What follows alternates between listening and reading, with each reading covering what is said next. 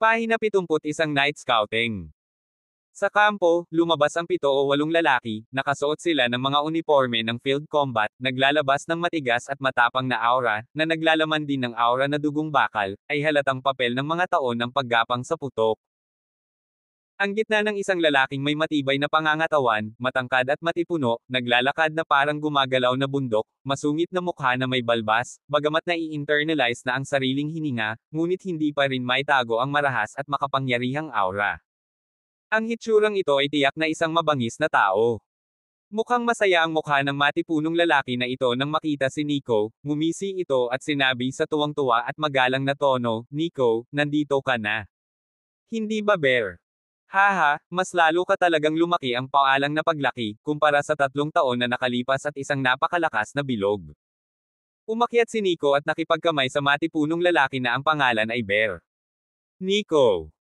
Sa tabi ng isang lalaki ay bumuka rin ang kanyang bibig, inahit niya ang kanyang ulo, ang kanyang katawan ay hindi kasing tibay at kapal ng oso, ngunit ang kanyang katawan ay isang hininga ng tigas, na nagbibigay ng impresyon na ito ay parang isang espada na nakatago sa isang kaluban, minsang nakasalyukip.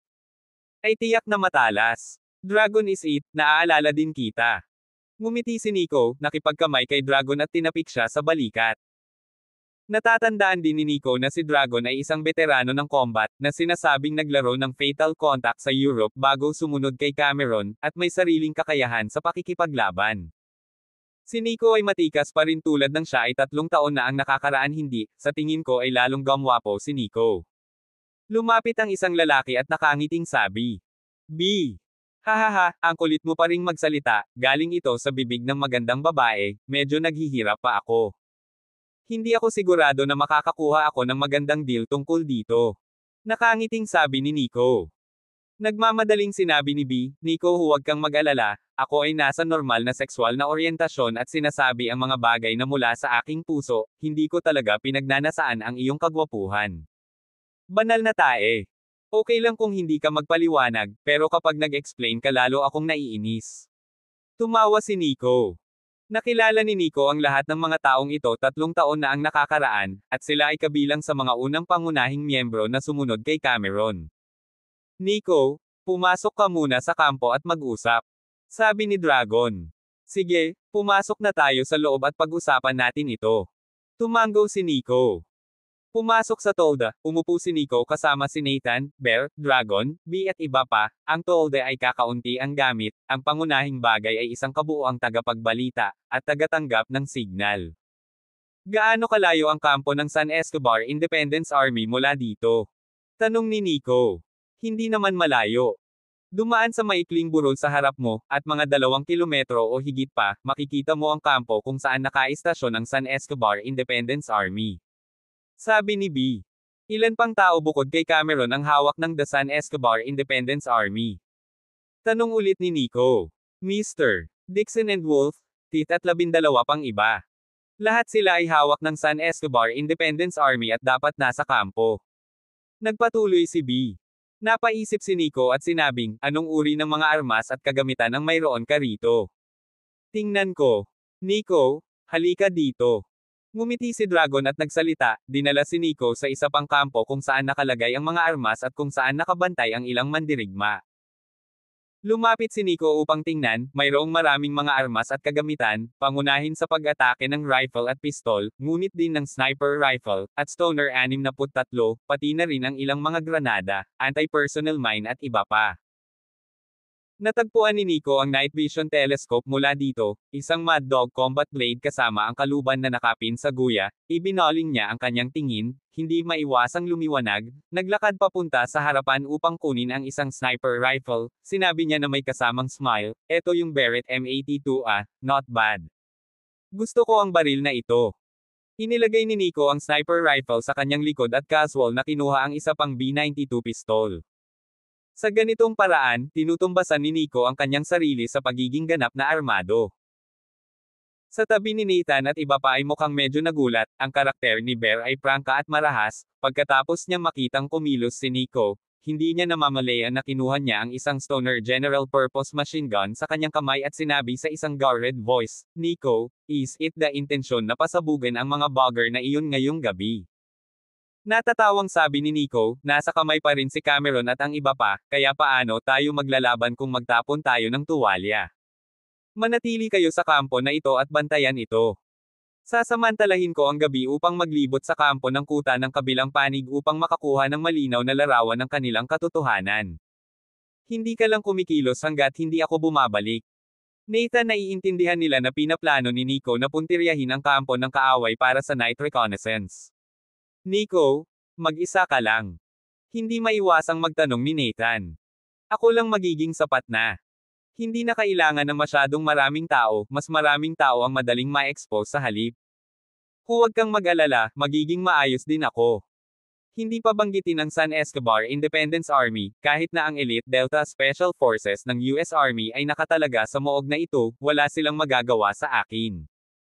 Ibinuka ni Nico ang kanyang bibig, mahina ang kanyang tono, ngunit nagpapakita ng lubos na pagtitiwala. Tumango si Nathan, Bear, Dragon at iba pa, para sa lakas ni Nico na lubos nilang hinahangaan. 3 taon na ang nakararaan sa laban para habulin ang unit na iyon ng armed drug trafficker, nasaksihan nila ang hindi maarok at nakakatakot na katawan ni Nico. Pagkatapos ay inutusan ni Nico si Nathan at ang iba pa ng ilang salita, at pagkatapos ay siya ay nag-iisa. Hindi dumiretso si Nico mula sa harapan ng kampo, sa paniniwalang nagpadala sana ang San Escobar Independence Army ng mga scouts para subaybayan ang mga galaw ni Nathan sa kanilang kampo. Kung direktang lilipat siya mula sa harapan ng kampo, maaaring ma-detect siya ng mga malabong scout ng San Escobar Independence Army, at sa gayon ay mawala ng pagkakataon.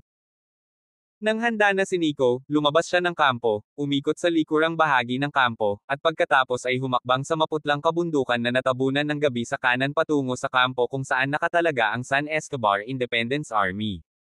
Sa sandaling pumasok ka sa gubat, ikaw ang hari. Ito ay isang tunay na salamin ni Nico, na nakatayo sa tuktok ng food chain sa gubat. Sa oras na ito, ang sariling hininga ni Nico ay ganap na nagtagpo, ang aksyon ay tahimik, siya ay tila sumanib sa gabi, palihim na kasama ang nakapalibot na kagubatan, lupain bilang isang takip, ay ang kanyang sariling perpektong pagtatago sa loob.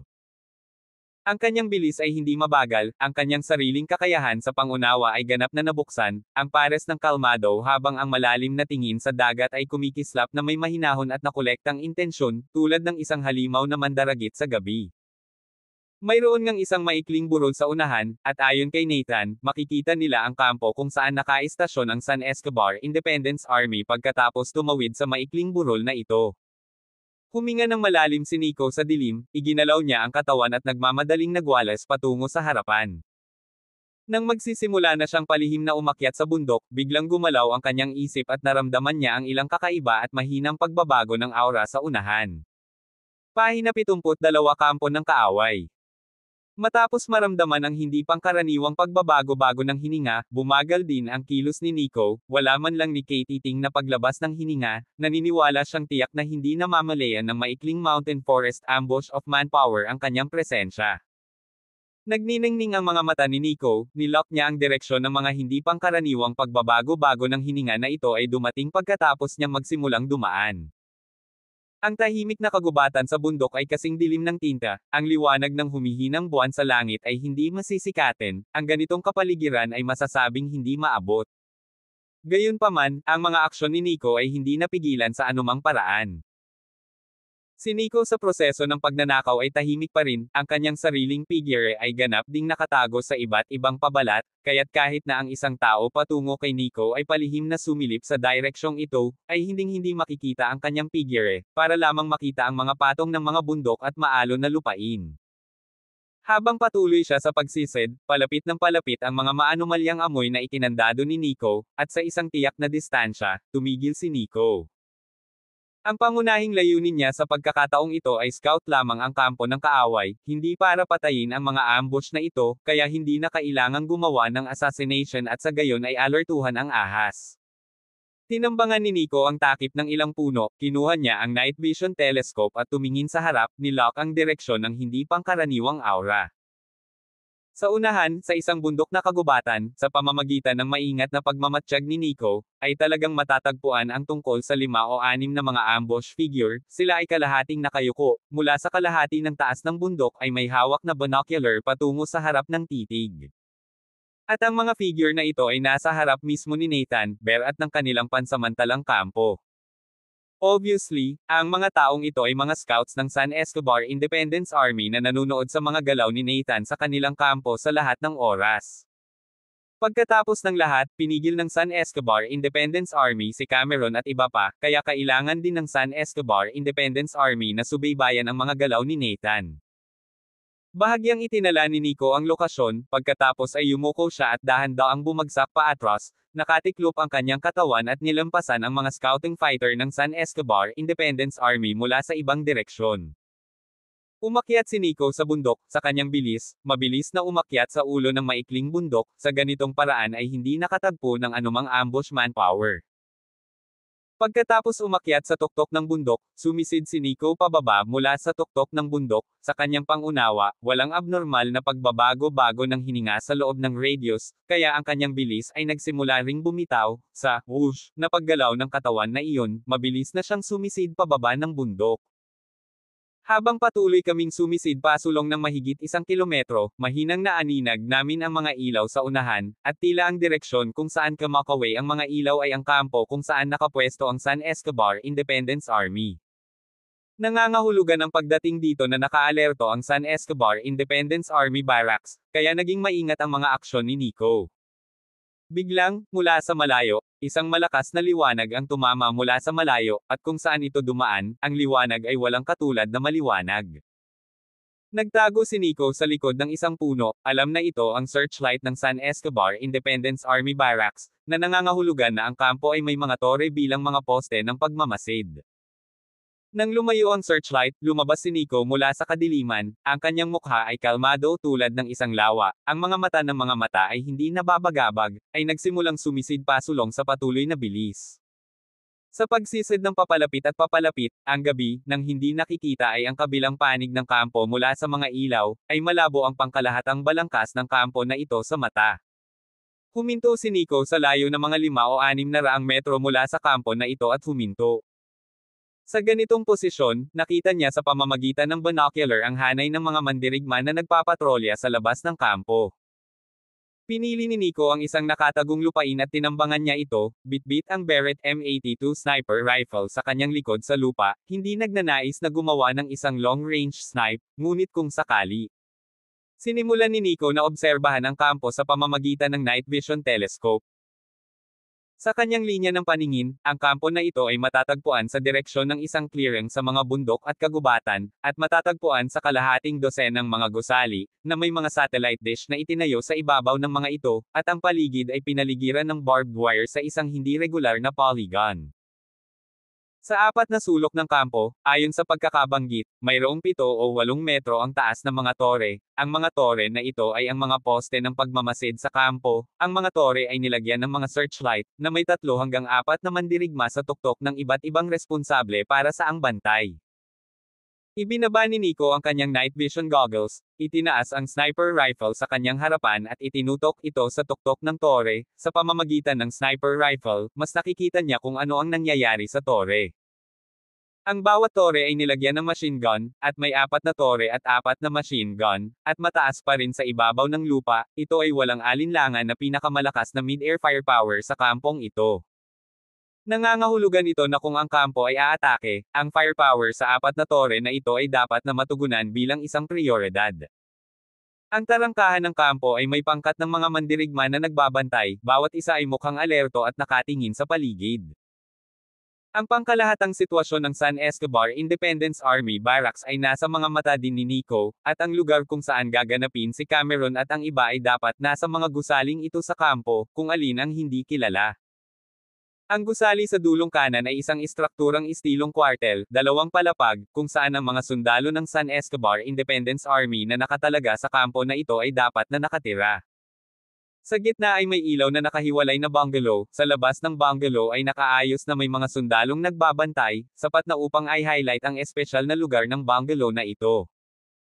Iniisip ni Nico na ang bungalow na ito ang dapat na lugar kung saan nakatira si Edgecombe, ang pinuno ng San Escobar Independence Army, at siya rin ang command headquarters ng kampo. Ang kampo ay mayroon ding pangkat ng mga manlalaban na gumagawa ng mga round, ngunit sa punto ng view ng disiplina, ito ay lumilitaw na napakaluwag. Ang ilang mga mandirigma sa pag-ikot ng pagpigil, ay nagsisindi ng sigarilyo at naninigarilyo. Ang gusali ng kwartel, paminsan-minsan, may 3 o 2 mandirigma na tila pasuray-suray na parang mga lasing. Ang kwartel ay paminsan-minsan ay malayo sa tunog ng ilang malakas na ingay. Mula sa mga detalyeng ito, natukoy din ni Nico na ang San Escobar Independence Army ay walang disiplina at walang kontrol. Dahil dito, bahagyang gamaan ang loob ni Nico, ang isang pangkat ng mga mandirigma ay makikita sa kakayahang lumaban mula sa disiplina, ang mga tunay na mandirigma ay magkakaroon ng sariling kamalayan, sumunod sa disiplina sa kwartel, ang alerto sa pagpapatrolya kapag hindi malabo. Hindi katakataka na ang San Escobar Independence Army, at hindi lamang ang San Escobar Independence Army, kundi pati na rin ang hukbo ng gobyerno, ay maaaring makatanggap ng sistematikong pagsasanay sa militar ng buo hindi gaanong mga sundalo. Sa opinyon ni Nico, tulad ng isang walang disiplina ang San Escobar Independence Army, kapag ang labanan ay nakikibahagi na ay isang nakakalat na plato. Tingnan ang bilang ng mga tao, ngunit ang katotohanan ay hindi mabata. Kung alam ko lang iyon, hindi ko naabalahin si Loco na maghanda ng 30 milyong US dollars. Sapat na maghanda muna ng pera bilang regalo sa pagpupulong. Napangiti si Nico sa sarili. Kaagad pagkatapos, handa siyang umatras. Inilagay niya ang layo ng sniper rifle, ang kanyang katawan ay dahan-daang paatras, hanggang sa ang ilaw ng searchlight ay lumilipad, na paliligiran ng kadiliman muli, siya ay lumiko, ito ay pumuslit. Pahina 73 makipag-ugnayan sa San Escobar Independence Army. Sa kampo sa kabilang bahagi ng maikling bundok. Nagsama-sama sina Nathan, Bear, Dragon, B at iba pa. Tiningnan nila ang oras ay mahigit 2 oras na ang nakalipas, hindi pa rin bumabalik si Nico. Patawarin mo sila sa lakas ng walang kapantay na kumpiyansa ni Nico, ngunit kapag iniisip nila si Nico na nag-iisa sa malalim na pagmamanman sa mga kampo ng kaaway, hindi nila maiwasang magpakita ng bakas ng kaba sa kanilang mga mukha. Sa tingin mo ba dapat nating puntahan at tingnan kung ano ang kalagayan ni Nico? Tanong ni Nathan. High-skilled si Nico, dapat walang masama, pero buti na lang may sundo kung pupunta tayo 'di ba? Sabi ni Dragon. Napaisip si B at sinabi ni Nico na ilagay tayo rito at hintayin ang kanyang pagbabalik. Matiyagang maghintay. Kung hindi pwede, after an hour, hindi pa rin bumabalik si Nico, then we'll act again. Okay, then it's a deal. Sabi ni Nathan. Ang mga salita ay nahulog hindi nagtagal, biglang, ang pinto ng kampo ay bumukas, isang figure ang pumasok dito.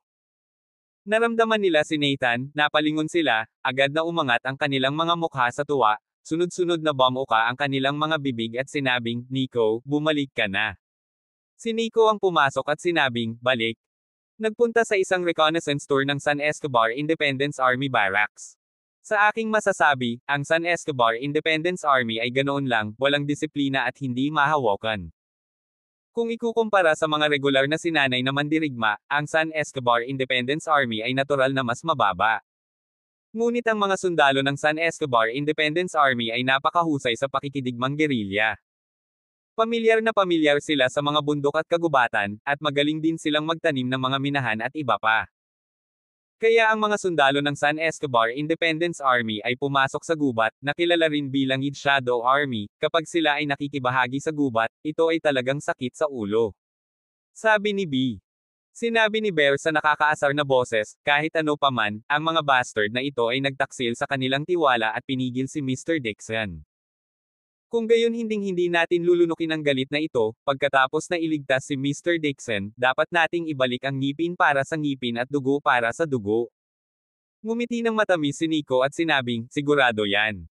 Ang pang-aapi ng aking mga kapatid, kung paano sabihin na ang kabilang panig ay dapat magbayad ng 100 beses ang presyo upang bayaran. Ngayong gabi ang mga lalaki ay nagpapahinga ng magandang gabi at nagpa-refresh. Bukas, ang opisyal na pagsisimula ng operasyon. Tukoy, bukas kakausapin ko ang lahat para mag-set up ng ilan. Bukas sa gabi, makipag-ugnayan ka sa Edgecom, sabihin na may meeting tayo sa kanya para pag-usapan ang deal. Namula ang mukha ni Nathan at sinabi niya, Nico, posible bang dalhin ang lahat ng pera sa deal bukas? Meeting lang, sino nagsabi ng direct deal? Siyempre, posibleng maghanda ng $1,000,000 para dalhin doon bilang isang paraan para ipakita ang ating sinseridad. Sabi ni Nico. Tumango si Nathan at sinabing, "Good. Ang San Escobar Independence Army ay maaaring maabot anumang oras. Pagkatapos ay hihintayin namin ang iyong pag-aayos bukas, Nico. Anyway, Nico, nandito ka?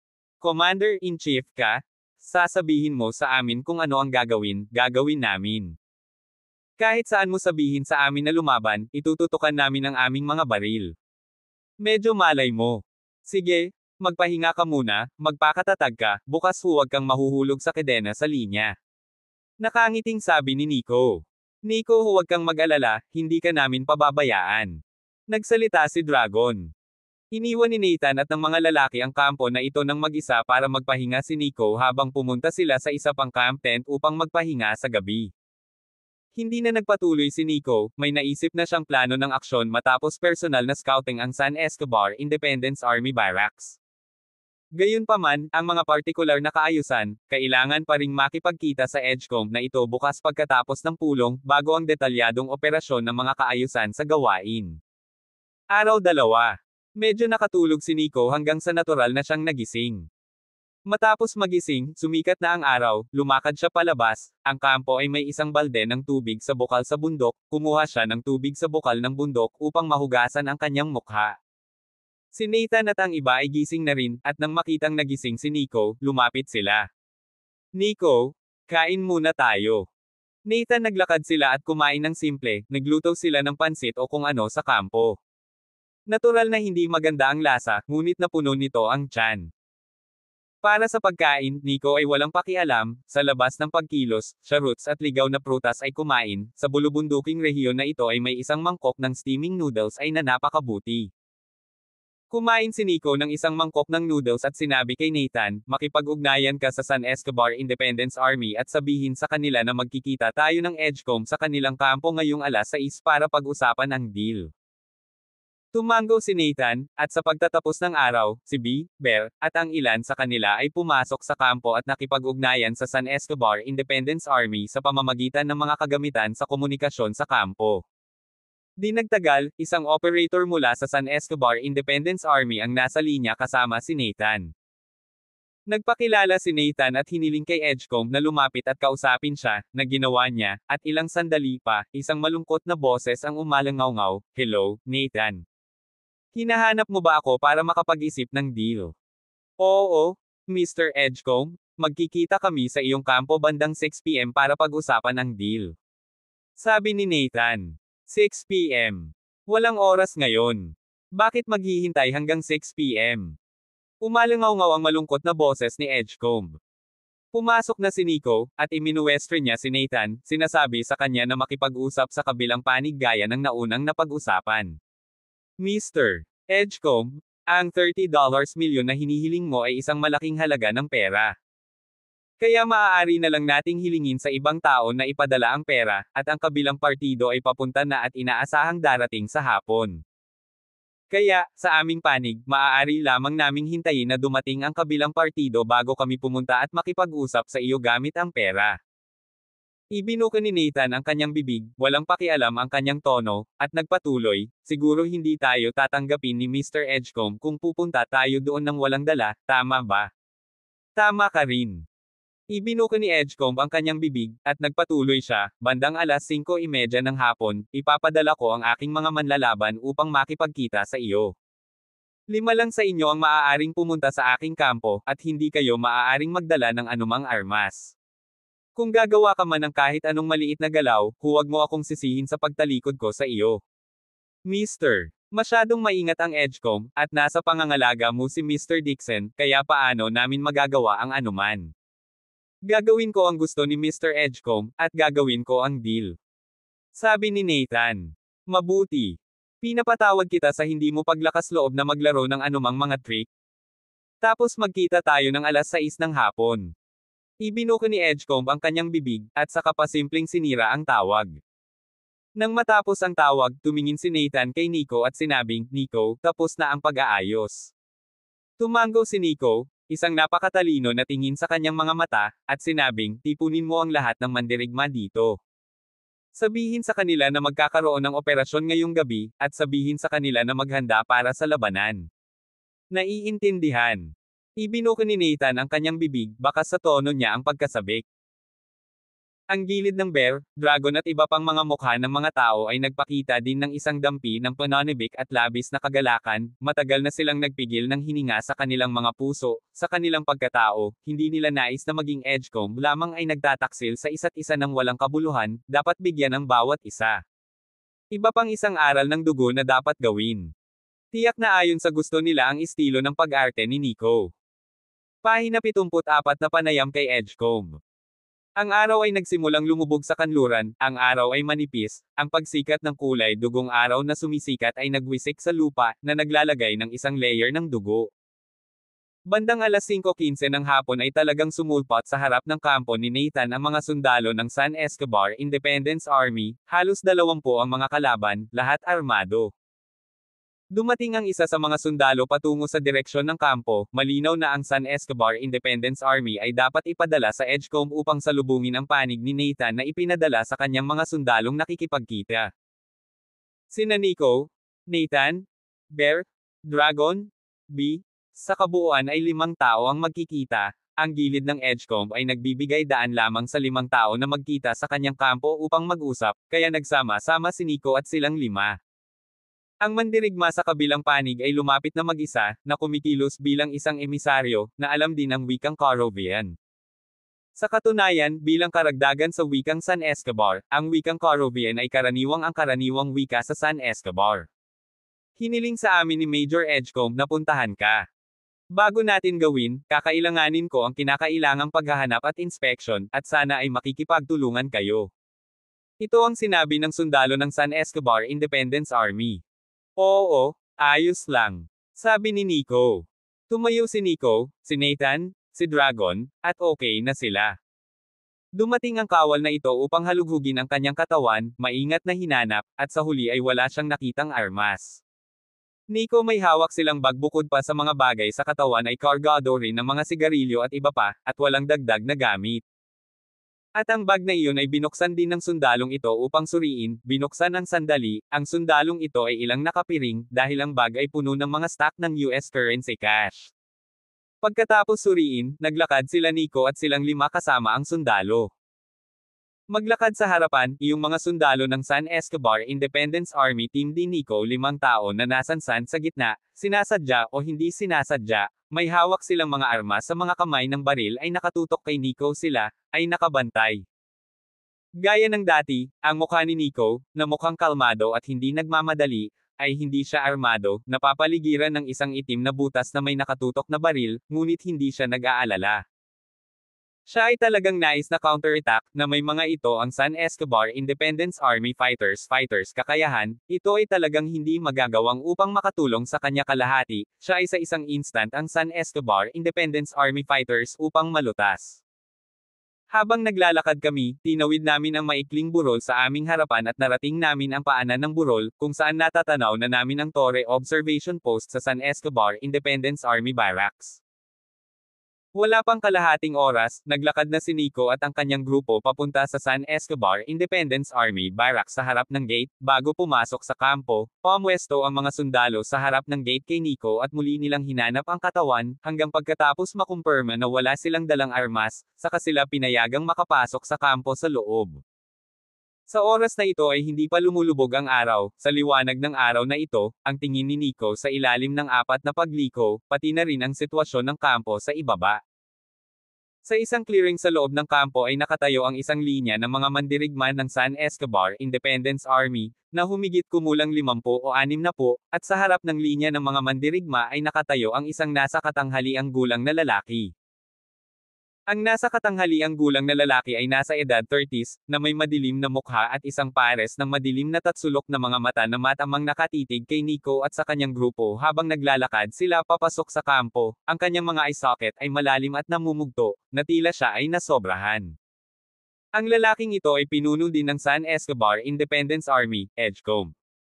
Si Mr. Edgecomb siguro ito, tama ba? Lumapit si Nico at tumingin kay Edgecomb at nagsalita at nagtanong.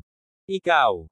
Kumunot ang noo ni Edgecomb, ang pares ng triangular na mata ay bumaha ng kaunting pahiwatig ng essence, tumingin siya kay Nico na parang kakaiba. Cameron kamay sa ilalim ng mga pangunahing miyembro, siya talaga ay may isang impresyon, ngunit lamang ang impresyon ng hindi nakita Nico ang taong ito. Kaibigan ako ni Cameron. Nabalitaan ko na may nangyari sa kanya at kailangan niya ng pera, kaya nagmadali ako dito. Nagsalita si Nico. So ikaw ang sinabi ni Nathan na papunta na siya, di ba? Ibinuka ni Edgecomb ang kanyang bibig, nakadirekta ang kanyang tingin kay Nathan sa gilid ni Nico. Tumango si Nathan at sinabing, ito si Nico, kaibigan ng ating Mr. Dixon, kararating lang ni Nico tapos sumama sa amin para makipagkita sa iyo para pag-usapan. Bumalik ang malungkot na tingin ni Edgecomb kay Nico habang sinabing, kahit sinong dumating, sundin lang ang mga patakaran at gawin ang deal. Nasaan ang pera? Lahat ba kayo nagdala? Ngumiti ng matamlay si Nico at sinabing, the deal is definitely no problem. Gayunpaman, bago ang deal, kailangan kong makilala si Cameron at ang iba pa. At least, kailangan kong siguraduhing ligtas sila, di ba? Sa tingin ko, hindi naman masyado ang kahilingang ito, di ba? Agad na lumungkot ang mukha ni Edgecomb pagkarinig nito, at malamig niyang sinabi, ibig sabihin wala kang dalang pera dito. Walang pera at gusto pa ring makakita ng mga tao. Sa palagay mo ba ang lugar na ito ay isang lugar kung saan maaari kang pumunta at pumunta ayon sa gusto mo? Nang bumagsak ang mga salita ni Edgecomb, ang mga sandata sa kamay ng mga sundalo ng San Escobar Independence Army sa paligid ng kampo ay direktang itinaas, at maging ang mga muzzles ng Stoner General Purpose Machine Gun na nakakonfigure sa 4 na corner tower ay nakatutok kay Nico at sa kanilang 5.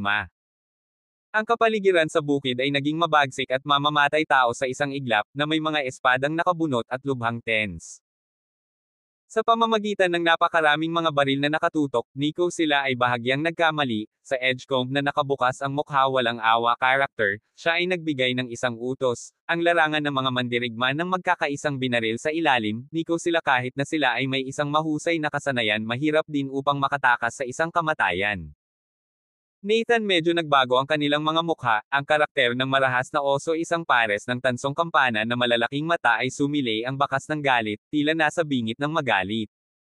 Si Nico, gayunpaman, ay nagpakita ng kalmado gaya ng dati, siya ay nasa panganib, kalmado pa rin at nakolekta, siya ay ngumiti ng bahagya at sinabing, sino ba ang nagsabing hindi tayo nagdala ng pera? Nagdala kami ng isang halaga ng pera bilang regalo. Ito ay $1,000,000, pakiusap kay Mr. Edgecomb na bilangin ito. Kasabay nito, inihagis ni Nico ang itim na bag sa kanyang kamay pasulong at sa lupa pa rin. Ngumiti si Edgecomb at bahagyang lumuwag ang mukha, iminuwestro niya ang isang sundalo sa tabi niya, lumapit ang sundalo, kinuha ang bag, binuksan, at sa loob ay talagang isang bagong tambak ng pera ng Amerika. Nakita rin ito ni Edgecomb, at umilo siya at agad na pinaharap ang ilang mandirigma upang mag-imbentaryo. Lumapit ang mga sundalong ito, naglabas ng mga stock ng pera ng US at nagsimulang kilalanin ang totoo at ang peke habang binibilang ang mga ito. Maya-maya, lumapit ang isang mandirigma sa Edgecomb at bumulong ng ilang salita. Tumango si Edgecomb habang nakatingin kay Nico at sinabing, $1,000,000 talaga. Mukhang sincere naman kayo. Lagi naming pinahahalagahan ang kapatiran kaysa sa anupaman. So, itataya ko ba ang buhay ni Cameron at ng buhay nila? Ibinuka ni Nico ang kanyang bibig at sinabing, itong $1,000,000 bilang regalo sa pagpupulong ay nagpapakita rin ng aming sinseridad. Sa tingin ko sulit naman na bisitahin natin si Cameron at ang pamilya niya, di ba? Gusto ko man lang makasigurado na buhay pa si Cameron at walang nawawalang braso o binti. Kung hindi, kapag natapos na ang deal, binibigyan ka ng pera, ngunit binibigyan mo kami ng ilang mga bangkay, hindi ito tama, di ba? Naisip ito ni Edgecomb at sinabing, okay, for the sake that you also pay good faith, pwede kitang payagan na puntahan muna sila ni Cameron. Gayunpaman, ang iyong pagpupulong kay Cameron at sa iba pa ay dapat na nasa saklaw ng aming surveillance. Ito ay sigurado. Sabi ni Nico. Kung gayon sumama ka sa akin. Ibinuka ni Edgecomb ang kanyang bibig, at lumingon siya sa hilagang bahagi ng kampo. Pahina 75 magkita-kita ang magkapatid. Napansin ni Nico na patungo si Edgecomb sa hilagang bahagi ng kampo. Na-scout na ni Nico ang kampong ito kagabi. Sa hilagang bahagi ay may dalawang palapag na kwartel, at pinangunahan ni Edgecombe si Nico at ang iba pa sa bungalow sa tabi ng kwartel. Ang pinto ng bungalow ay binantayan ng mga sundalo, at nang makita nila si Edgecombe na papalapit, binuksan ng dalawang sundalong nakapwesto sa harap ng pinto ang pinto ng bungalow. Ang pintuan na ito ay simple at casual din, at hindi nakalock, isang push to open. Ang espasyo sa loob ng bungalow ay napakalaki, ngunit pagkatapos ng paglalakad ay upang makita na mayroong isang hiwalay na kompartimento, ang pintuan ng kompartimento ay makapal na patayong mga bar na binuo mula sa, katulad ng hugis ng isang selda ng bilangguan. Tila ang cottage na ito ang dapat na selda sa kampo na ito, na ginamit upang hawakan ang mga kaaway na bihag na mandirigma. Dinala ni Edgecombe si Nico at ang kanyang mga tauhan patungo sa loob, na sinundan ng 30 hanggang 40 na sundalo ng San Escobar Independence Army na may mga baril. Ang mga nakaitim na baril ay direktang nakatutok kay Nico at ang kanyang daliri sa gatilyo, handang magbantay laban sa mga galaw ni Nico. Ang pinakaloob na bahagi ng bungalow ay may medyo malaking selda. Sa harapan nito ay may dalawang sundalo ng San Escobar Independence Army na may hawak na pagbabantay sa AK-47, habang sa loob ng selda ay mayroong isang dosenang katao ang nakakulong. Habang naglalakad si Nico papunta sa kanila, narinig ng mga taong nakakulong sa selda ang kaguluhan at isa-isang ibinaling ang kanilang mga mata upang tumingin. Ang mukha ng isa sa mga lalaki ay natigilan habang siya ay bumangon, ang mga tanikala na nakaposas sa kanyang mga kamay at paa ay kumakalabit, ang kanyang tigre na mga mata ay nakatutok kay Nico, ang kanyang bibig ay nakabuka, mukhang hindi makapaniwala. Nico. Ang lalaki ay nasa 30 anyos na, maiksi ang buhok, parisukat na mukha, ang matigas na mukha ay parang bato na pinakintab at ginawa, nagpapakita ng determinado at matapang, ang kanyang pangangatawan ay hindi matangkad at matibay, ngunit malabo ding naglalabas ng isang uri ng heroic aura, mismo ay upang bigyan ang mga tao ng pakiramdam na may dugong bakal pagkatapos ng digmaan. Ang kanyang mga kamay at paa ay nakaposas ng mga tanikala, ngunit ang kanyang tuwid at tuwid na tindig ay bakal at buto pa rin, hindi pa rin nawawala ang pagiging matigas na lalaki. Nakita rin ni Nico ang lalaki, at mabilis itong humakbang at nakangiting sinabing, Cameron, hello ulit. Kaya lang, ikaw at ako ay hindi lang makakaasa na magkikita tayo sa mga ganoong sitwasyon, di ba? Ang lalaki, na tila isang lalaking bakal, ay walang iba kundi si Cameron, na tumingin kay Nico na may pagtataka na bumakas sa kanyang mukha. Pero maya-maya, madilim na ang mukha ni Cameron, ibinaling niya ang tingin sa susunod na Nathan, ang malamig na titig ay parang matalim na kutsilyo, diretso kay Nathan. Natigilan si Nathan at nagsalita na may tuyong ngiti, Mr. Dixon. May lakas ka bang magsalita? Sinabi ni Cameron sa malamig na boses, sabi, tinawag mo ba si Nico dito? Ilang beses ko na bang sinabi sa iyo na huwag mong istorbohin si Nico, at saka, ang kalokohan na ito ay hindi sulit para kay Nico. Mr. Dixon, ako. Hindi na rin alam ni Nathan kung ano ang sasabihin ng pinagalitan siya ni Cameron. Cameron, sabi ko, isa kang nakakatuwang bayani pagkatapos ng lahat ng ito. Hindi kasalanan ni Nathan, pero maganda ang ginawa nila. Kung hindi nila sinabi sa akin, hindi ko sila mapapatawad kung nalaman ko lang sa huli. Bamuka ang bibig ni Nico at nagpatuloy, hindi mo alam ang pagkatao ko, ang gulo ng kapatid ko, hindi ako tatayo. Kilala ko si Cameron ang iyong karakter, kapag may nangyari sa akin, hinding-hindi kasi simangot sa pagtulong kahit alam mong kamatayan iyon.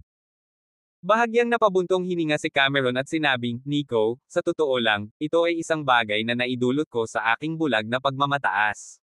Sa huli, pinagsisisihan ko na pinaponte kita hanggang dito sa bastos na lugar.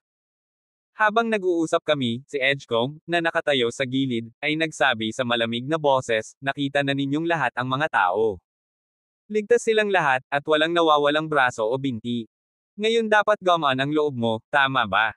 Wala akong oras para tumayo dito at makinig sa usapan nyo. Edgecombe, kontrabida ka sa likod ng saksak. Sa lahat ng mga taon ko ng pakikitungo sa mga armas, hindi pa ako nakatagpo ng isang itim na pusong diablo na tulad mo. Galit na tumingin si Cameron kay Edgecombe at direktang umungol. Malamig ang tingin ni Edgecombe habang sinabing, Cameron, I respect you as a good man. Pero huwag mong kalilimutan, ngayon ay bilanggo ka na, kaya kausapin mo ako ng matino. Si Cameron ay nahaharap sa isang galit, hindi siya kailanman naging isang taong natatakot sa kamatayan, sa kanyang mga bakal na buto, mas gugustuhin pang mamatay ng nakatayo, at hindi na mabuhay sa kanyang mga tuhod. Matapos marinig ang mga salita ni Edgecombe, magagalit na sana siya, ngunit lumapit si Nico at sinabing, Cameron, huminahon ka, makinig ka sa akin, ang pinakamatandang tao, bakit ang ugali na ito ay hindi marunong magpigil ng kaunti? Habang nagsasalita siya, naglabas si Nico ng isang pakete ng sigarilyo mula sa bulsa ng kanyang pantalon, kumuha siya ng isa at iminuwestra ang Edgecombe, na nagsasabing, Mr. Edgecombe, you don't mind?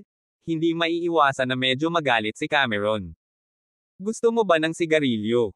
Tumingin si Edgecombe kay Nico at sinabing, ipapasa ko ang sigarilyo. For your sake, hindi ako makikialam sa kanya. Gayunpaman, ang oras ng iyong pagpupulong ay tapos na. Okay, walang problema. Sinindihan ni Nico ang sigarilyo at hinihit-hit, pagkatapos ay sinabi niya, karaniwang naninigarilyo ang kapatid ko, bibigyan ko siya ng sigarilyo bago ako umalis, di ba? Walang problema iyon. Sabi ni Edgecombe na walang ekspresyon ang mukha. Pagkatapos ay kumuha si Nico ng isa pang sigarilyo sa kahon at iniabot ito kay Cameron. Lumapit si Cameron upang kunin ito, at nang mahuli niya ang sigarilyo, tahimik na tinapik ng mga daliri ni Nico ang likod ng kanyang kamay. Cameron mata malalim flash ng isang sinag ng kakanyahan, hindi siya kumilos upang kunin ang sigarilyo. Sinindihan ni Nico ng apoy si Cameron, tumingin siya kay Cameron, at pagkatapos ay tumingin sa iba pang mga tao sa selda at sinabing, Cameron, at kayong lahat ng mga kapatid, matitiis ninyo ito sandali. Kapag natapos ko ang pakikitungo kay Mr. Edgecombe, mababawi mo rin ang iyong kalayaan. Naniniwala ako na tutuperin pa rin ni Mr. Edgecombe ang kanyang salita sa puntong ito. Sigurado yan. Kapag handa na ang perang hinihingi ko, ilalabas ko kaagad. Sabi ni Edgecombe. Okay, ito ay isang deal. Ibinuka ni Nico ang kanyang bibig, at pagkatapos ay nagpaalam siya kay Cameron at sa iba pa at tumalikod kasama si Nathan at ang iba pa at lumabas. Ang San Escobar Independence Army, na sinamahan na ng Edgecombe, ay sumunod, na iniwan ang dalawa sa mga sundalo ng San Escobar Independence Army na nakabantay sa field. Pinagmasdan ni Cameron si Nico at ang iba pa na umalis, at pagkatapos ay lumingon siya sa selda at tinitigan ang sigarilyo sa kanyang kamay habang nakatalikod siya sa dalawang sundalo ng San Escobar Independence Army sa pintuan ng selda. Nang iabot sa kanya ni Nico ang isang sigarilyo at hinihikan ito ng 2 beses ng palihim, alam niyang may malaking misteryo. Oo naman, siya ay kinuha ng isang malapitan tumingin, ang sigarilyo burn ng isang maliit na hiwa, ito ay upang makita ang isang wire lumabas. Cameron din ay hindi pag-aalaga mas mababa tungkol sa wire sa sigarilyo na susunog mainit, siya tahimik ang sigarilyo concealed ang wire upang bunutin out, ito hawak sa kamay. Sa kanilang hanay ng trabaho, ang pagbuwag sa lahat ng uri ng armas ay parang paglalaro, sobrang galing. Katulad nito, lubos silang pamilyar sa istruktura ng mga posas at iba pang mga bagay. Ang mga kedena na posas na nakakandado sa kanilang mga kamay at paa ay hindi komplikado, at sa isang wire na ito sa kamay, madaling na-unlock ni Cameron ang kanyang sariling kedena, at pagkatapos ay na-unlock ang mga kedena na posas ng iba pang mga tao. Gayunpaman, hindi agad kumilos si Cameron, naalala niya ang kahulugan ng 2 tapik ni Nico sa likod ng kanyang kamay, at sa isang iglap ay naunawaan niya. Ipinahihiwatig ni Nico na magsisimula ako ng 2:00 sa kalagitnaan ng gabi. Ang San Escobar Independence Army ay napaka-traidor kung kaya't inilaban siya nito laban sa San Escobar Independence Army, at matagal na niyang naisip ang isang madugong labanan sa San Escobar Independence Army. Pahina 76 na Hating Gabi Strike. Ako. Ang San Escobar Independence Army Barracks. Nakita mo na ang mga tao. Kailan ka magpapalit? Tumingin si Edgecombe kay Nico at nagtanong sa malalim na boses. Sinabi ni Nico, ang 30 milyong dolyar ay hindi isang maliit na halaga ng pera, at kakailanganin ng ilang oras upang mabilang ito kahit papaano. Gabi na ngayon, at sa tingin ko ay hindi masyadong maginhawa para sa iyo o para sa aking panig na gumawa ng ganoong kalaking cash transaction sa gabi. Kaya naman, balak kong isagawa ang transaksyon sa pagitan ng 2 panig bukas sa ganap na 12:00 ng tanghali. Ano sa tingin mo? Bukas ng tanghali. Napaisip si Edgecombe, at sinabi niya, bueno, talagang medyo gabi na ngayon, at talagang medyo abala ang pangangalakal sa gabi. Dahil pumayag ka na bukas ng 12 ng tanghali, pagkatapos ay susundin namin ang iyong kagustuhan. Ngunit hindi ka dapat maglaro ng anumang mga trick. Bahagyang ngumiti si Nico at sinabing, Mr. Edgecombe, naabutan na kita ng meet and greet, sa tingin mo may gagawin akong tricks. Mayroon kang hukbong kompleto sa gamit dito, hindi ako tanga para labagin ang bottom line ni Mr. Edgecombe. Iyon ay tulad ng paghampas ng isang bato sa isang itlog. Kaya, ikaw at ako ay makikipagdeal bukas ng tanghali. Isang kamay para magbayad, isang kamay para maghatid. Pagkatapos, walang panig ang mananagot at isasara ang usapin. Okay, ito ay isang deal. Sabi ni Edgecombe sabay tango. Ang isang deal ay isang deal. Nagsalita si Nico. Pagkatapos ng kasunduang ito, umalis sina Nico at Nathan, Dragon, Bear at iba pa sa kampo ng San Escobar Independence Army at bumalik sa pansamantalang kampo sa kabilang panig ng maikling bundok. Napatingin si Edgecombe sa direksyon ng pag-alis ni Nico, kumikinang ang mga mata, at hindi alam kung ano ang iniisip. Sa sandaling ito, isang adjutant sa tabi niya ang lumapit at nagsabi, Boss, sa tingin mo ba ay kapanipaniwala ang mga salita ng lalaking iyon? Makakagawa ba talaga sila ng ganoong halaga para sa isang deal bukas? Matalas na kumislap ang mga mata ni Edgecombe at sinabing, ano ang ibig mong sabihin? Ang point ng subordinate ko, konti lang ang tao sa kampo nila. Gayunpaman, ang away na ito kay Cameron at sa iba pa ay nagawa na, kaya maaari na rin nating patayin sila ngayong gabi at lipulin silang lahat. Kung mayroong pera sa kanilang kampo para sa pangangalakal, dalhin ito ng direkta. Sabi nitong adjutant. Si Edgecombe ay may malamig na tingin sa kanyang mga mata habang sinabi niya, paano ka nakakasigurado na ang pera ay nasa kanilang kampo? At hindi sa ibang lugar. Sabihin nating itinago nila ito sa isang lugar upang mabantayan ang ating direktang pagnanakaw, at maghintay hanggang sa oras ng transaksyon upang dalhin ang pera dito. Kung padalos-dalos tayong kinubkob, baka maiwan tayo ng pera at tao. Ang adjutant na ito ay tumango pagkatapos ngumiti at sinabing, si boss pa rin ang maalalahanin. Ngumisi si Edgecombe at sinabing, nasa kamay natin si Cameron, kaya hindi sila maglalakas loob na makipaglaro. Ang aming panig ay isang hukbo, hindi sila nang ahas na dumating, iyon ay puro naghahanap ng kamatayan. Kaya't hindi na natin kailangang gumawa ng anumang mga galaw, pinakamahusay na manatili. Maghintay ng tanghali bukas upang makita ang kanilang mga aksyon, maaari silang magdala ng pera sa pinakamahusay, kung hindi. Wala akong pakialam na pumatay ng ilang tao upang ipakita sa kanila. Boss, kung mahirap talagang palayain si Cameron at ang iba pagkatapos dumating ang pera sa oras na iyon. Tanong nitong adjutant na may masamang tingin na kumikislap sa kanyang mga mata. Si Edgecombe ay nagpainit ng isang ngiti, at sinabi, tiyak na hindi ko hahayaang bumalik ang tigre sa bundok, na walang alinlangan na maglalagay ng malaking nakatagong problema para sa kanilang sarili. Pagdating ng panahon lahat ng mga taong ito. Habang nagsasalita siya, si Edgecombe ay gumawa ng isang kilos na nanunuot sa lalamunan.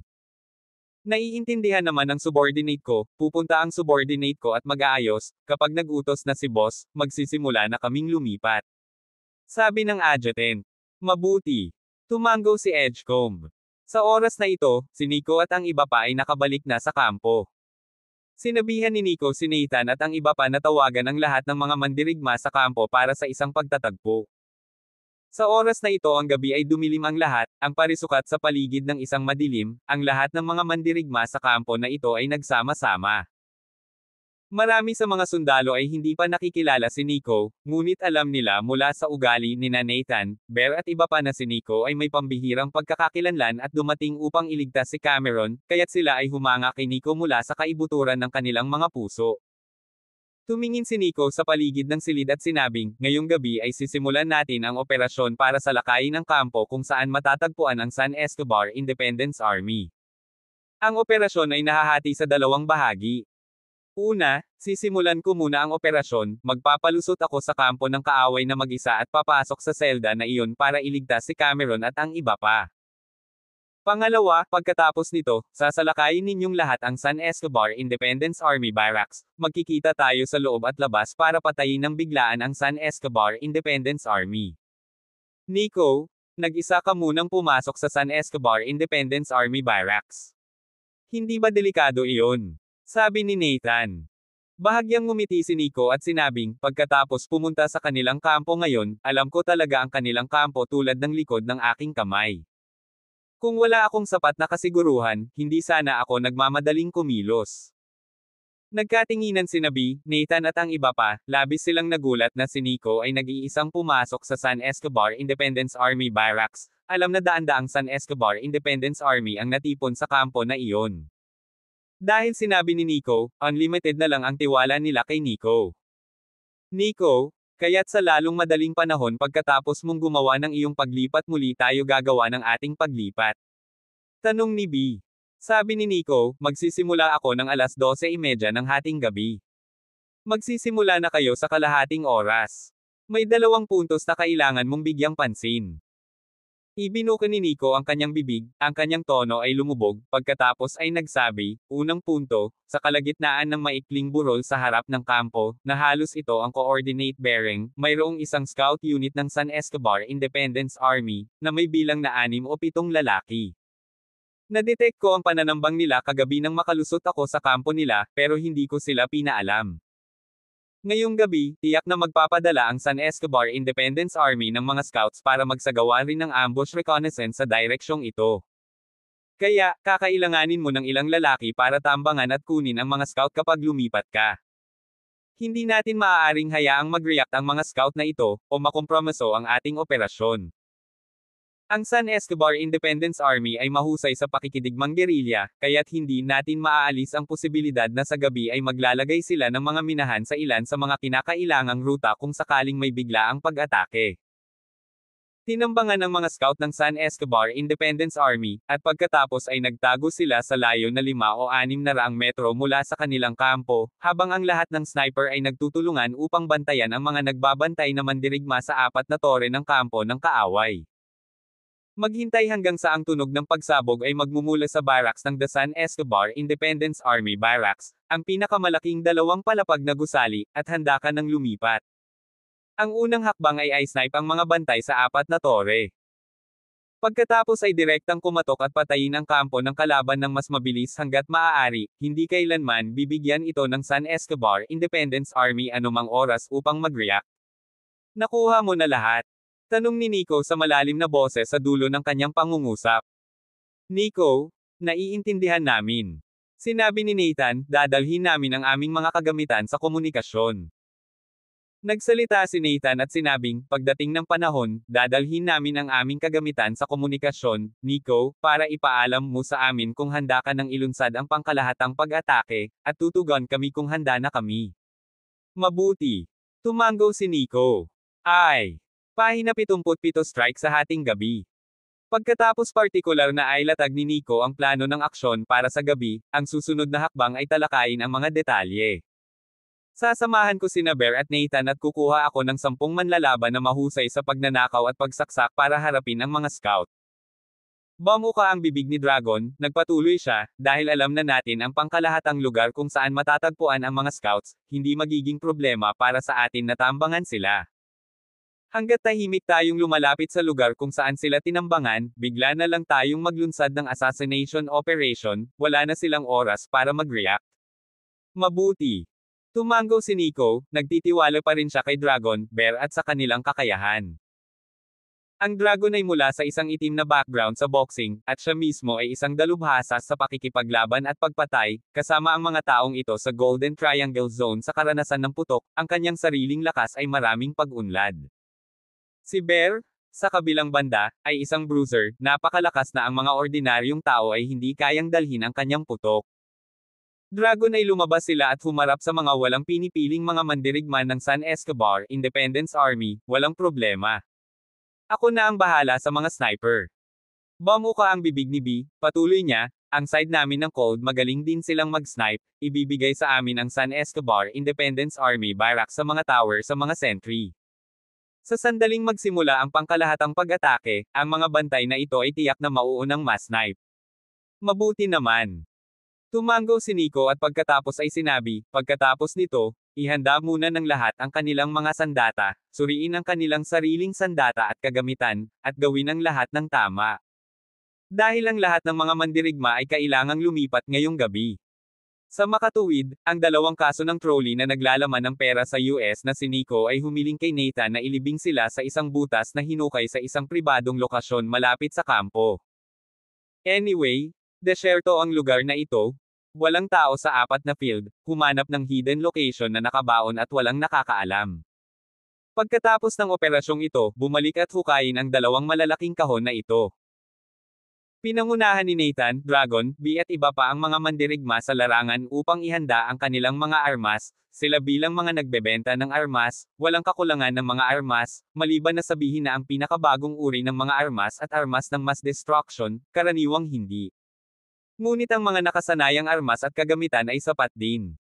Bumaba na ang orasan hanggang alas 12 ng hating gabi at sinusuri ni Nico ang mga armas at kagamitan na dala niya.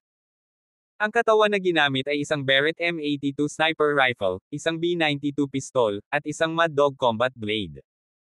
Bukod pa riyan, may bitbit siyang malaking marching bag na naglalaman ng 8 granada, at 4 na AK-47, at ang iba ay pistol, hanggang sa mapuno ito ng buong marching bag. Pagkatapos ng mga ito, halos-halos alas 12:30 na. Inilagay ni Nico ang kanyang marching pack sa kanyang likod at sinabing, magsisimula muna ako. Tandaan na sumunod kayo sa kalahating oras. Kung may mangyari, makipag-ugnayan sa mga comms. Nakuha ko. Tumango si Nathan, pagkatapos ay sinabi, Nico, mag-ingat ka. Sumagot si Nico, at lumabas siya sa likod ng kampo, pagkatapos ay lumihis ng maikling daan at humakbang pasulong mula sa kanang bahagi. Bahagyang armado si Nico kagabi ng i-scout niya ang kampo ng kaaway, at ngayong gabi ay may bitbit siyang mabigat na tactical na backpack, ngunit hindi iyon nakaapekto sa kanyang mga galaw. Para sa kanya, ang timbang na ito ay opsyonal at hindi nakakaapekto sa kanyang pagnanakaw. Nang madetect ang San Escobar Independence Army kagabi, naramdaman pa rin niya ang pagbabago-bago ng aura ng kabilang panig, tila katulad noong nakaraang gabi, ginamit ng San Escobar Independence Army ang lokasyong ito bilang fixed scouting site. Ginawa ng San Escobar Independence Army ang lokasyong ito bilang isang regular na scouting spot. Talagang hindi nila alam na nalantad na ang kanilang posisyon. Medyo nanatili si Nico, nag-scout siya ng kaunti gamit ang night vision telescope at malamang na may mga 8 hanggang 10 tao sa kabilang panig. Pagkatapos, tahimik na lumabas si Nico hanggang sa ibabaw ng maikling bundok na ito, pagkarating sa paanan ng maikling bundok, kinuha ni Nico ang communicator, at si Nathan sa gilid upang makipag-ugnayan. Hoy Nathan, ang mga scouts ng San Escobar Independence Army ay patuloy pa rin sa pag-scout sa parehong lokasyon kagabi. Pumuslit kayo rito gamit ang mga coordinate na ibinigay ko sa inyo at bigla silang patayin. Nico, kopyahin mo yan. Handa na rin kaming magsimulang lumipat. Mabuti.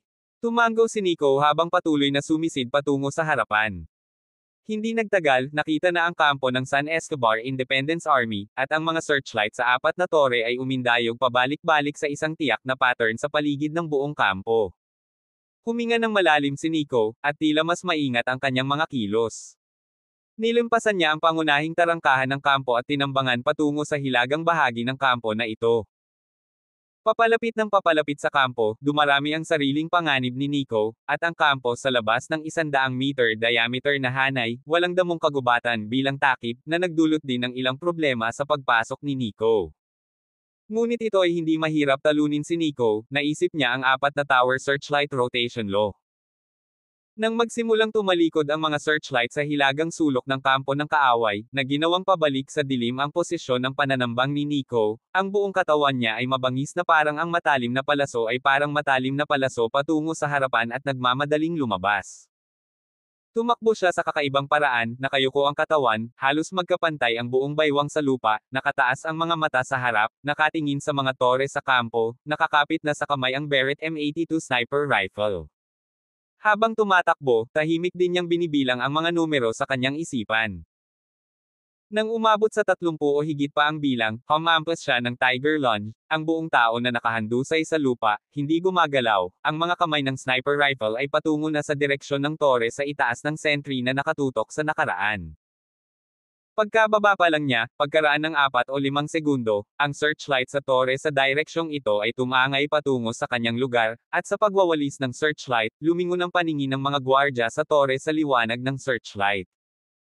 Ang ilaw ng searchlight ay dumaan sa katawan ni Nico habang nakahiga siya sa lupa, at tila hindi rin nakita ng mga gwardya sa tore si Nico.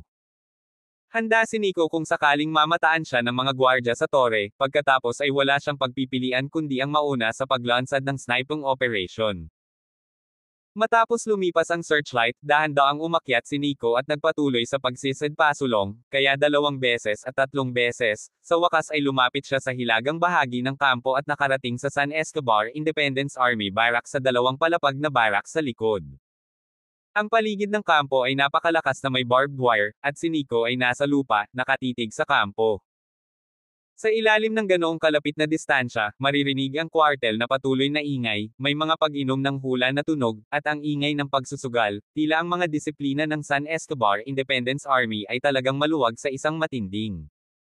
Nang dumaan ang searchlight at lumiko sa ibang direksyon, huminga ng malalim si Nico, umakyat siya patungo sa wire fence, parang tuko, ang bilis na iyon. Sa espesyal na pagsasanay ng hukbo, ang pag-akyat sa barbed wire ay isang kinakailangang bagay ng pisikal na pagsasanay, kung saan pamilyar na pamilyar si Nico. Makita lang siya sa isang kisap mata ay umakyat na sa tuktok ng barbed wire, pagkatapos ay pumihit siya sa hangin, sa ibabaw ng barbed wire na matutulis na barbs, ang buong tao patungo sa kampo sa loob ng isang talon pababa. Nang lumapag ang mga paa, inilapat ni Nico ang isang pad, na sinusundan ng isang roll na may momentum, upang mabawasan ang kanilang sariling puwersa sa pag-unan, ngunit upang maiwasan din ang paggawa ng tunog. Matapos ang pagbagsak, bumagsak si Nico sa lupa, at ang titig sa kanyang mga mata ay agad na tumaas ng malamig. Sa puntong ito, matagumpay niyang napasok ang kampo ng San Escobar Independence Army. Pahina 78 Hating Gabi Strike. Ay. Ang kagubatan sa bundok. Isang kadiliman, paminsan-minsan, sa di kalayuan ay darating ang isang dagandong ng hayop na umaalingaw-ngaw sa bukas ng mga bundok at kagubatan. Ang isang pangkat ng mga mandirigma ay tahimik na nanonood sa kagubatan ng bundok na ito, mga 12 tao sila, bawat isa sa kanila ay gumagalaw ng maayos, at mula sa kanilang bilis ng pagstok, halatang pamilyar na pamilyar ang kagubatan sa bundok na ito. Ang pinuno ng grupo ay isang tahimik ngunit kalmadong binata, siya ay si Nathan. Sa kanang bahagi ni Nathan ay isang malaki, matibay, malabundok na lalaki. Ito ay Bear, huwag mong tingnan ang kanyang matibay na katawan, ngunit siya rin ay lubhang maliksi, tulad ng isang itim na oso na nangangaso ng pagkain. Sa tabi ng Bear ay si Dragon, na siya mismo ay nagpapalabas ng aura ng katigasan at tapang, na may dampi ng marahas na nakamamatay na enerhiya na namumuo sa kaibuturan ng kanyang mga mata. Sa likod nila ay kasunod ang 9 na mandirigma na magaling sa palihim at assassination. Si Nathan at ang kanyang pangkat ng 12 mandirigma, ang pangkat ng assassination, ay tinambangan ang mga scout na ipinadala ng San Escobar Independence Army patungo sa mga coordinate na ibinigay sa kanila ni Nico. Sa likuran nila ay ang iba pang mga mandirigma na pinamumunuan ni B, na sumusulpot sa likuran. Papalapit na sa sinasabing coordinate bearing ni Nico. Atensyon sa lahat ng mga sundalo, kumalat mula sa bawat isa at sumisid patungo sa posisyon sa unahan. Nauuna lang ang mga scout ng San Escobar Independence Army. Kapag nag-strike ka, siguraduhing lalabas ka ng todo at huwag na huwag mong bigyan ng oras ang iyong kalaban para mag-react. Si Nathan, Dragon, at Bear, na hamina na ang kanilang mga boses, ay nag-uusap. Kaagad pagkatapos, ang kanilang mga figure ay kumikislap, ang isa ay nakahawak na sa sable sa kanilang mga kamay, isang panloob na deep killing machine ay kumakalat, papalapit sa direksyon ng kanilang destinasyon. Habang patuloy sila sa pagsisid, agad na naramdaman ni Nathan at ng iba pa ang ilang kakaibang aura fluctuations, at alam nila sa puso na ito ay walang iba kundi ang mga scout fighter ng San Escobar Independence Army. Dragon, Bear, sumenyas sila at tinambangan mula sa isang flankang posisyon. Nag-iingat sila, pinipigilan na ang kanilang hininga, at sa pamamagitan ng paggamit ng nakapalibot na takip ng kagubatan, hakbang-hakbang silang lumapit. Sa tulong ng night vision telescope, nakita ni Nathan ang mga scout ng San Escobar Independence Army na nakayuko sa lupa, bawat isa ay matamang nakatingin sa direksyon ng kampo sa unahan, walang kamalay-malay sa mga pamatay na makina na lumalapit sa kanilang mga gilid.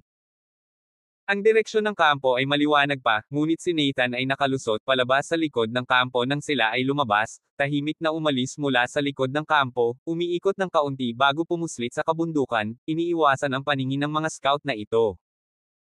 Gayunpaman, hindi nito maaaring linlangin ang mga kaaway na scout na ito ng napakatagal, kaya't si Nathan at ang kanyang operasyon sa pagpatay ay kailangang maging mabilis at maglunsad ng isang offense iba bago maging kaina-hinala ang mga scout na ito. Matagal nang walang anumang palatandaan ng aktibidad mula sa kanilang mga tauhan sa Kalabang kampo. Ang ilan sa kanilang mga mandirigma ay nakita kanina na nakaistasyon na may mga baril na gumagala, ngunit ngayon ay walang reconnaissance. Medyo kakaiba yon. Sa puntong ito, biglang nagbulungan at nag-usap ang mga scout na ito ng San Escobar Independence Army. Bago nila mapag-usapan ang isang resulta, whoosh! Biglang umihip ang malakas na hangin, na sinundan ng paningin ng isang athletic figure na humahanggos patungo sa San Escobar Independence Army Scout soldier sa bilis ng kidlat. Ang unang nagmamadali ay isang tahimik at magandang lalaki, ngunit ang kanyang kamay ay lubhang walang awa at sopistikado. Ang malamig na liwanag ng kutsilyo ay kumislap, at ang isang sable sa kanyang kamay ay tumusok ng diretso, na tumusok sa lalamunan ng isang scout, at ang kanyang bilis ay hindi nabawasan kahit kaunti, ang matalim na talim ay tumama patungo sa lalamunan ng isa pang scout.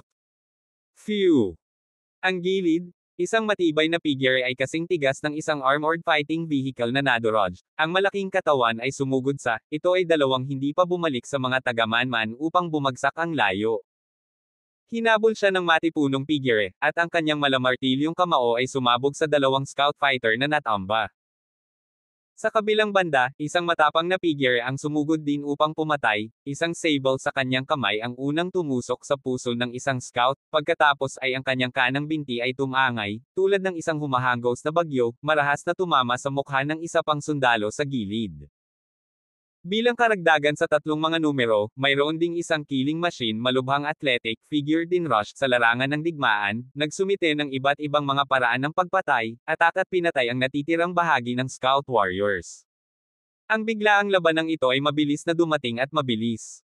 Sa ilang kisap mata, ang mga scout fighters ng San Escobar Independence Army sa bearings na ito ay bumagsak lahat sa lupa, kabuuang 10 scout fighter, lahat ay napatay sa lugar, nang hindi man lang nagkaroon ng oras para tumawag ng babala, ay napatay. Pagkatapos nito, lumitaw din sina Nathan, Bear, Dragon at ang kanilang mga figure, bahagya silang humihingal, masasabing gumamit ng buong puwersa ang operasyon ng pagpatay kay Fang, pinasigla ang pinakamalakas na potensyal, ang layunin ay upang malutas ang mga scout na ito sa isang iglap. Ngayon mukhang nagtagumpay sila. Kinuha ni Nathan ang communicator niya at kinontak niya si B sa likod. B, tapos na ang labanan? Bilasan mo ang iyong marcha, pumunta sa tagpuan, at tumungo sa kampo ng San Escobar Independence Army. Roger yan. Sagot ni B. Ginamit din ni Nathan ang puwang na ito upang linisin ang larangan ng digmaan, kinuha nila ang mga sandata ng mga scout ng San Escobar Independence Army, na kinuha ang kanilang mga kagamitan sa komunikasyon. Di nagtagal, pinangunahan ni B ang natitirang mga mandirigma na dumating, at si Nathan, Bear, Dragon, pagkatapos nilang muling magsama, ang pangkat ng mga mandirigma na ito ay nasa gabi upang mabilis na pumuslit, patungo sa San Escobar Independence Army ay matatagpuan sa direksyon ng kampo sa lahat ng paraan.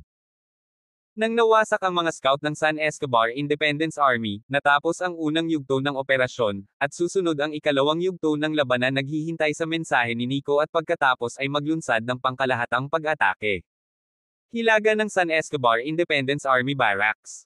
Nakalusot pa si Nico, pero hindi siya agad nakagalaw, nasa lupa siya, nakatago ang buong katawan sa anino at hindi gumagalaw, halos kaysa sa paligid.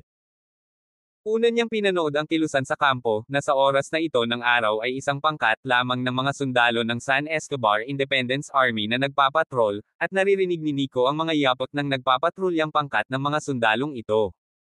Ang patrol na ito ay gagawa ng paglilibot sa buong kampo. Kung magpapatuloy si Nico sa kinaroroonan niya, tiyak na makikita siya habang dumarating ang patrol na ito. Gumapang pasulong si Nico at gumapang sa dingding sa likod ng barracks, tumayo siya at dumaikit sa dingding, lumingon siya ng bahagya sa harapan upang makitang dumadaan ang patrol sa direksyon ng front entrance ng barracks.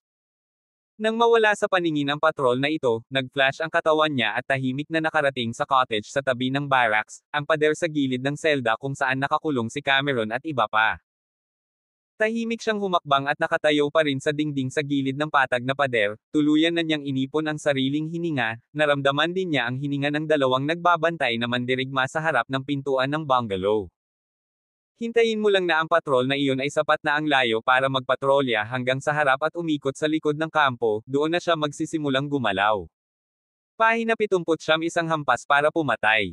Sa pangunawa ni Nico, ang mga yapot ng mga nagpapatrulyang mandirigma ay kumukupas na. Ang kampo ay tahimik sa karamihan, maliban sa paminsan-minsang pagputok ng ingay na nagmumula sa kwartel. Ang mga bantay sa poste ng pagmamasid sa tore sa hilagang sulok ay susundan lamang ng searchlight upang bantayan ang paggalaw sa labas ng kampo. Hindi nila naobserbahan ang sitwasyon sa loob ng kampo. Kung tutuusin, ang kampo ay pinatibay ng mga nagpapatrulyang mandirigma. Naturally, hindi nila inaasahan na may makakaiwas sa kanilang searchlight detection at sa gayon ay makakalusot sa kampo ng hindi napapansin. Nang makalayo ang mga yapot ng patrol na iyon ng mga mandirigma, bahagyang sumilip si Nico mula sa gilid ng dingding at mabilis na sinulyapan ang harapan ng flat-roofed cell. Pagkatapos ng isang mabilis na sulyap, siya ay lumiit pabalik. Isang sulyap lang ay sapat na para kay Nico. Sa isang malawak na sulyap, mayroon na siyang magaspang na ideya sa sitwasyon ng dalawang mandirigma, pati na rin ang distansya sa pagitan nila, ang distansya mula sa kanyang lokasyon, at iba pa. Sa ilalim ng kanyang malawak na sulyap, nakita niya na ang dalawang nakatalagang mandirigma ay mukhang walang sigla, marahil ang trabaho ay tila masyadong monotonous at nakakapagod, iyon ay, sa harap ng pinto sa pagbabantay, walang magawa, natural na ito ay tila lubhang nakakainip. Para sa dalawang sundalo ng San Escobar Independence Army, ang naturang pagbabantay ay parang kalabisan, routine lang. Kung tutuusin, sino sa square area na ito ang makakalusot sa kampo? Natatakot ako na bago ako makalapit sa kampo, madetect ako ng mga sundalo sa observation post at sa gayon ay mapatay ako ng putok ng machine gun na tumangay. Tumulimang titig sa mga mata ni Nico, parang kumikislap ang matalim na talam sa mga mata, ang harapan ng kampo ay wala ng tao, ang gilid ng kwartel ay wala ring mga mandirigma sa labas, ito ang pinakamagandang oras para kumilos. Sa pag-iisip na ito, agad ding kumilos si Nico. Whoosh! Ang mga paa ni Nico ay nag-imbak ng kapangyarihan at pagkatapos ay gumalaw ng mabangis, ang kanyang buong figure ay bumaril na parang isang palaso mula sa tali, ang kanyang katawan ay nakatiklop at pagkatapos ay gumawa ng 3 malalaking hakbang pasulong. Ang pangatlong hakbang ay nahulog na, at ang kanyang kanang kamay ay nakaharap na. Nguso. Inabot niya ang kanang kamay na nakahawak lang sa lalamunan ng isang sundalong naka-duty sa kanang bahagi, parehong humahakbang at nagsisimulang magwelga, na parang tiyak na kalkulado, nang hindi nawawala ang isang matalo. Matapos hawakan ang lalamunan ng manlalaban, bahagyang pumihit ang kanang kamay ni Nico, at ang leeg ng manlalaban ay bumagsak.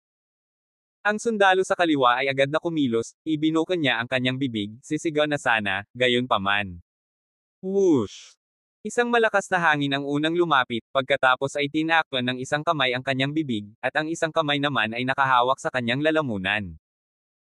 Agad na umikot ang mga mata ng mandirigmang ito, at ang mga eyeballs ng magkabilang mata ay patuloy na nakaumbok palabas, hindi siya makagawa ng kahit katiting na ingay, sa pakiramdam ng pagkasakal, doon din tumigil ang kanyang paghinga.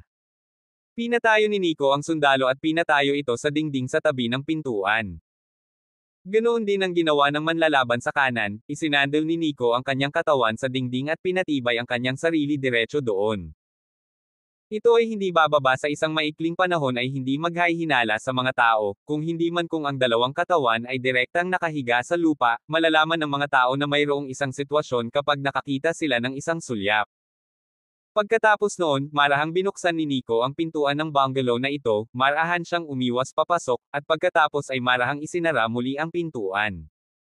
May dalawa pang mandirigma sa loob ng bungalow, ngunit ang dalawang iyon ay nasa pinakamalalim na bahagi, binabantayan sila ni Cameron.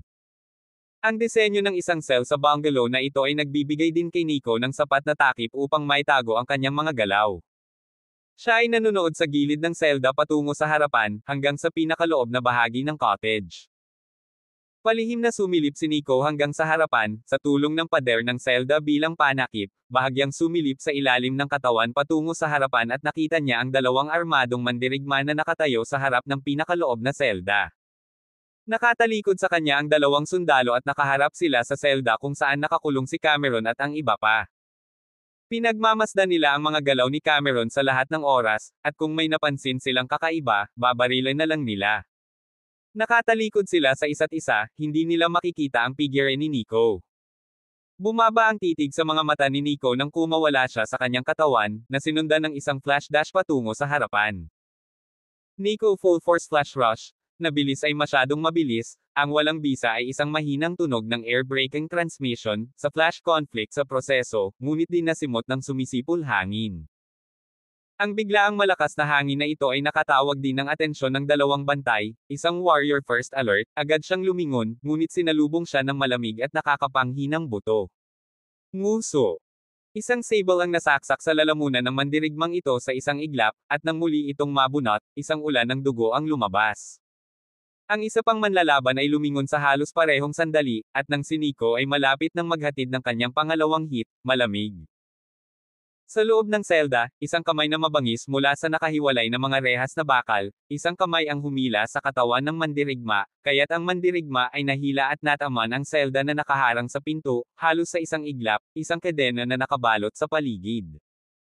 Ang lalamunan ng mandirigma, ang lakas ng pag-urong sa ilalim ng pagkakasakal, ang mga eyeballs ng mandirigma na nakaumbok, ito ay naputol. Matapos ang katawan ng sirang mandirigma na hulog malote sa lupa, ito ay upang makita ang isang bakal matigas figure lumitaw, ang mga kamay ay nakakahawak ng isang kadena ng mga posos, ito ay Cameron. Ang mga kadena na posos na orihinal na nakagapos sa kanyang mga kamay ay na-unlock sa ilang mga punto. Cameron, hindi masama. Ngumiti si Nico, lumapit, at pagkatapos ay sinabing, mukhang hindi ka pa nawalan ng ugnayan sa nakalipas na 3 taon, magandang tugma iyon. Sigurado iyan. Ngumiti si Cameron, at sinabing, at salamat sa sigarilyo mo. Sabi ko Nico, paano ka nagkaroon ng ideya na magtago ng alambre sa loob ng sigarilyo? Hindi masamang ideya iyon. Habang nag-uusap sila ay nabuksan na rin ang mga tanikala sa kamay at paa ng mga natitirang sundalo sa selda, sa katunayan, nabuksan na nila ang kanilang mga posos, ngunit upang hindi ma-alerto ang mga sundalo ng San Escobar Independence Army, hindi sila kumilos.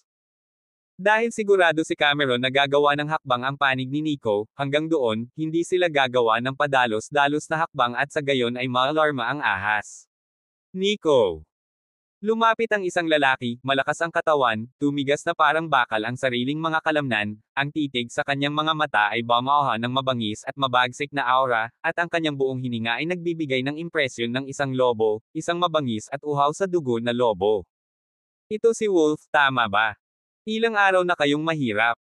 Nagsalita si Nico, at habang ginagawa niya iyon, kinuha niya ang selda mula sa mga bangkay ng 2 sundalo ng San Escobar Independence Army na napatay, at binuksan ang nakaharang na pinto. Pagkatapos, hinubad ni Nico ang marching bag na dala niya at ibinuhos ito sa lupa, at lahat ng uri ng sandata sa loob ng bag ay ibinuhos, na nagsasabing, kunin mo ang iyong mga sandata at sumunod ka sa akin upang pumatay. Ngayong gabi, huhugasan at papatag ang kampo na ito. Mabuti. Matagal ko nang hinihintay ang araw na ito. Ibinuko ni Cameron ang kanyang bibig, isang aura na may dugong bakal na pagpatay ang kumalat, kinuha niya ang isang AK-47, sa isang kisap mata ay ang magazine ay pinalamanan ng mga bala. Pahina 80 pag-atake at pagpatay sa kampo ng kaaway. Si Cameron, Wolf at iba pang mga mandirigma ay nakakuha ng mga armas, ang backpack ni Nico ay limitado, hindi maaaring magdala ng sapat na mga armas, ang ilang mga hindi armadong mandirigma ay kinuha lamang ang granada. Tungkol naman sa mga sandata ng 2 sundalo ng San Escobar Independence Army na napatay, kinuha rin ito ni Cameron. Sinabi ni Nico sa malalim na boses, pagkatapos maglakad palabas, may 2 palapag na kwartel sa kanan. Pansinin ng mga sundalong may granada, sa sandaling sumugod ka palabas, ihahagis mo ang granada sa iyong mga kamay patungo sa kwartel. Hanggat ang pagsabog ay tumunog, ang buong kwartel ay mahuhulog sa isang magulong sitwasyon, ang kabilang panig ng mga mandirigma ay tiyak na bulag na sumugod palabas. Pagdating ng oras, pinangunahan mo ni Cameron ang mga lalaking namamahala sa mga sweeping shot para pumatay.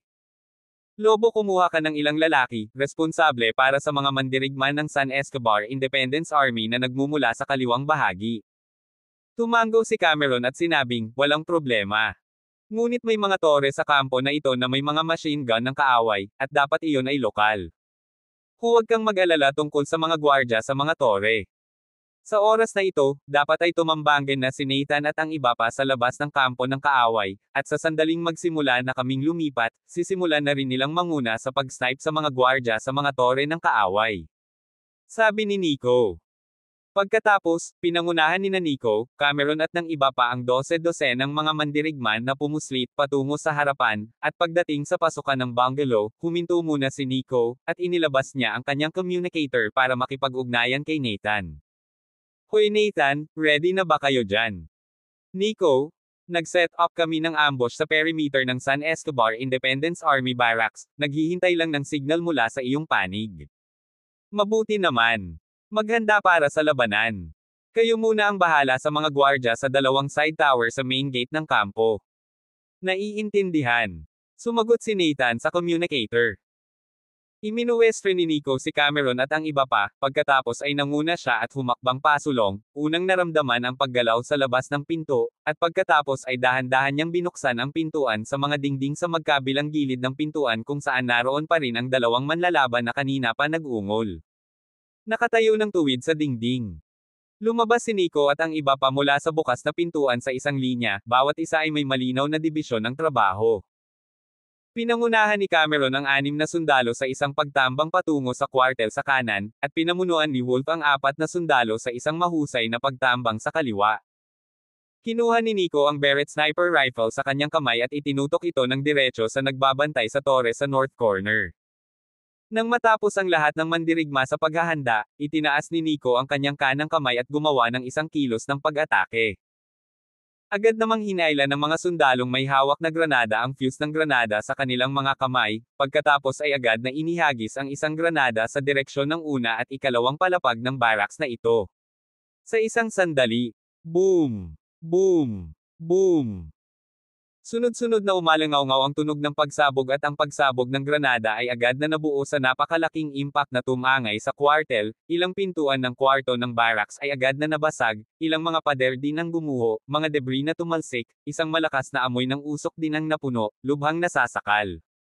Sa halos parehong sandali, phew! Ang tunog ng isang sniper rifle ay umalangaw-ngaw habang ang mga butil ng usok ay tumaas mula sa nguso ng Barrett sniper rifle na hinawakan ni Nico sa kanyang kamay, na ini-sniper ang sniper slug na nakatutok sa sentry sa tore sa hilagang sulok.